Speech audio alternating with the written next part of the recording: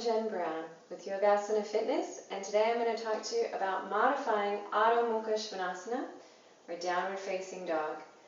So there are several reasons why someone might not want to bear weight on their wrists, or why someone might not want to take their head below their heart. And so for them, I might modify the pose using props.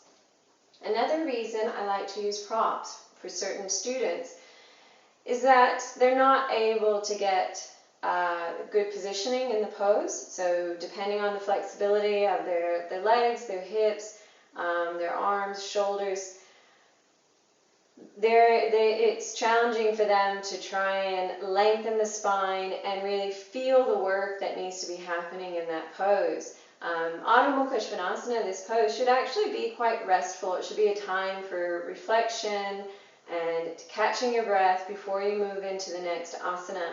And for some students, it's just not very restful. It's a lot of hard work. And so by working with props for a while, you can modify the pose so that you can work on certain aspects of the pose, building up your strength, increasing your flexibility, and increasing your stamina so that you can eventually work towards removing the props and using them a lot less. So for those individuals who have trouble bearing weight on their wrist, perhaps they have osteoarthritis or they've got an injury for whatever reason, or for people who are unable to take their head below their heart, so that might be anyone who's got migraines or high blood pressure or eye or ear infections, glaucoma, if you've had eye surgery. There's various reasons why someone needs to keep their head quite high. If you're heavily pregnant, some of these variations might also work well for you. So the first variation I'm going to show you uses the chair. So placing the ball of the hand straight into the chair and then walking back to a distance that feels good for you. So by doing this, we can really focus on what's happening in the legs and less about what's happening in the arms.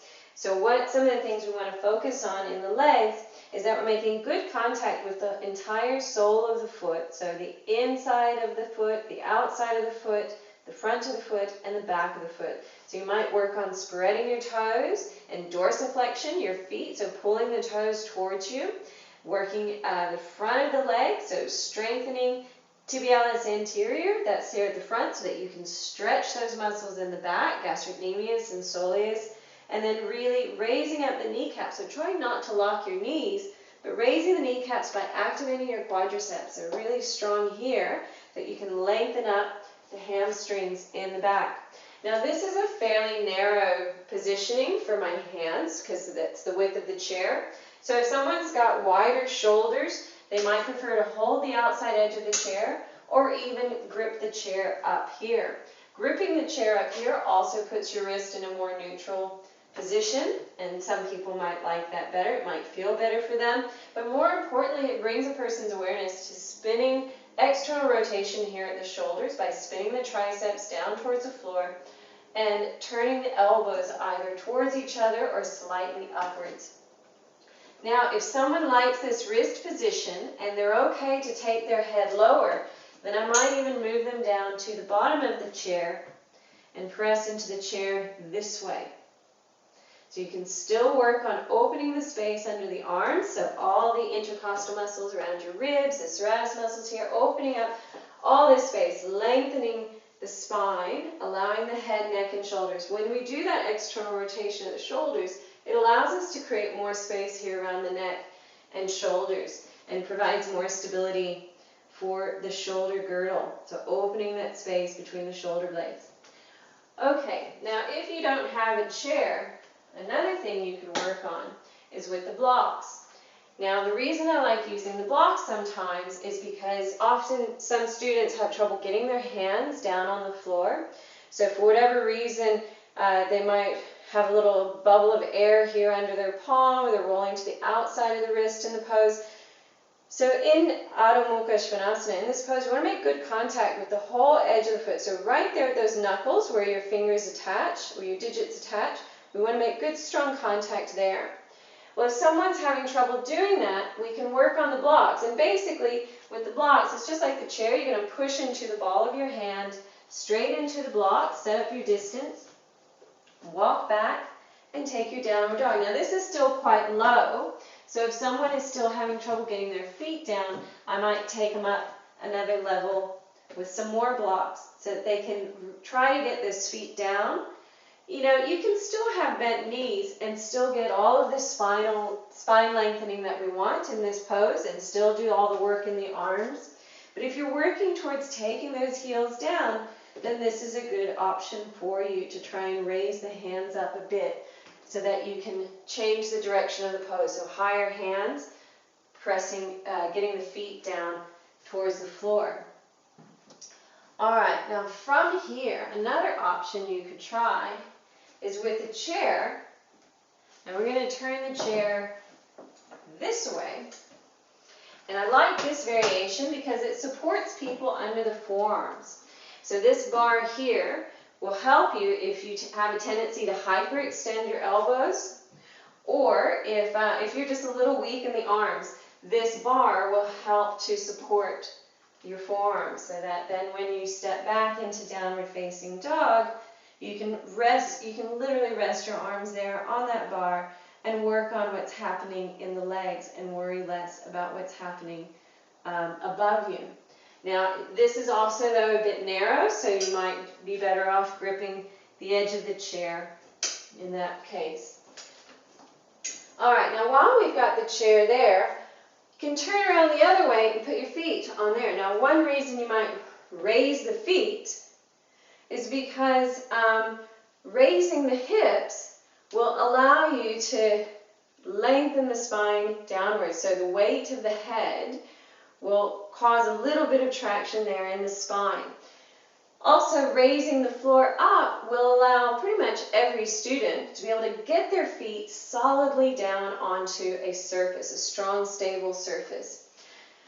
So for this one, you would step back onto the chair, adjust your hands, adjust the distance. You can bend your knees if you need to, but more importantly, I think most students can straighten their legs in this manner with the back of the chair, spreading the toes, working the legs, and strengthening the arms. So this variation, this modification is really good for strengthening the arms because it does put more weight onto the hands and arms. Now, if you don't have a chair available, you can do the exact same thing with some blocks, just placing the blocks at 45 degrees. That's good and steady. Make sure they're not going to slip.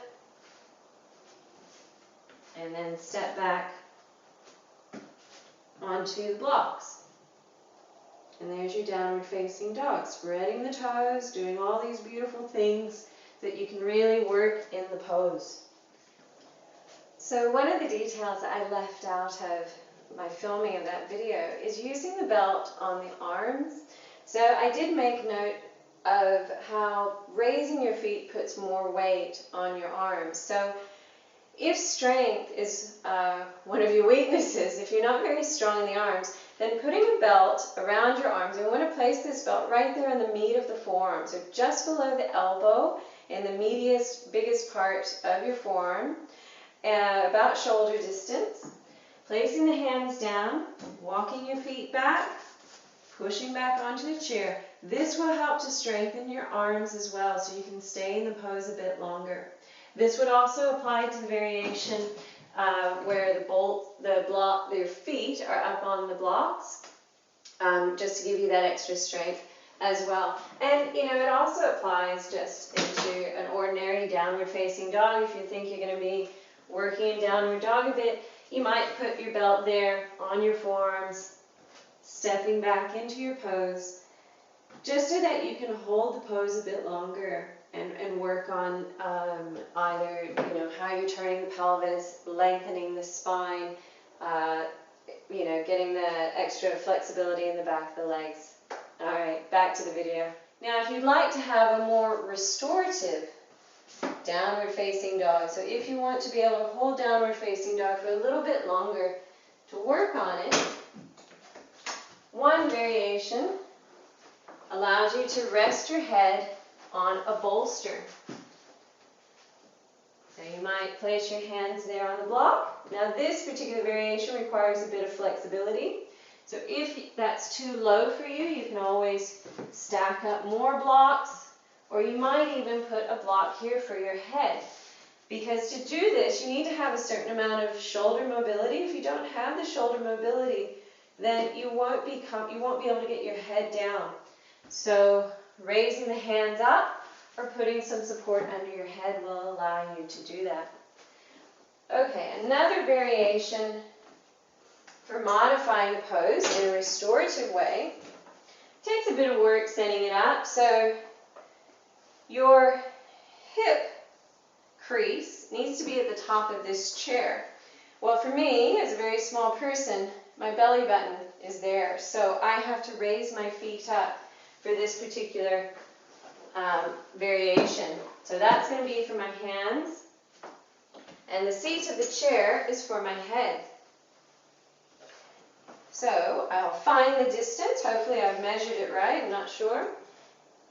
Finding the hip crease there at the top of the chair, walking my heels up the wall a bit, resting my forehead down on the chair, and releasing the arms.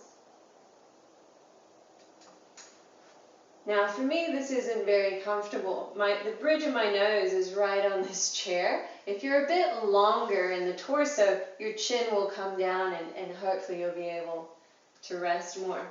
So, not necessarily one of my favorites, but just putting it out there for those of you who might like to try it. One of the restorative variations that is my favorite is this one.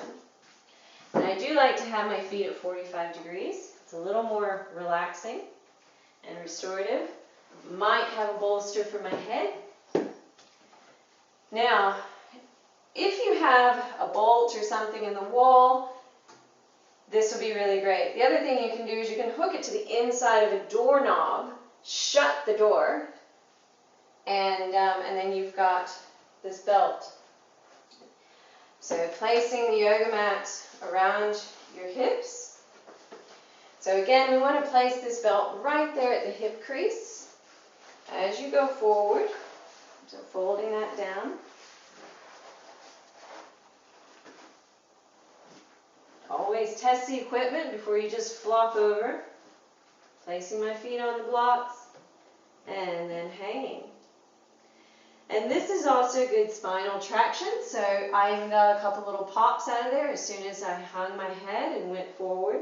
Now if your head can't reach down, well then you add a little more height so that you can rest your head on something. And this is quite restorative. This is a very relaxing way to do downward facing dog.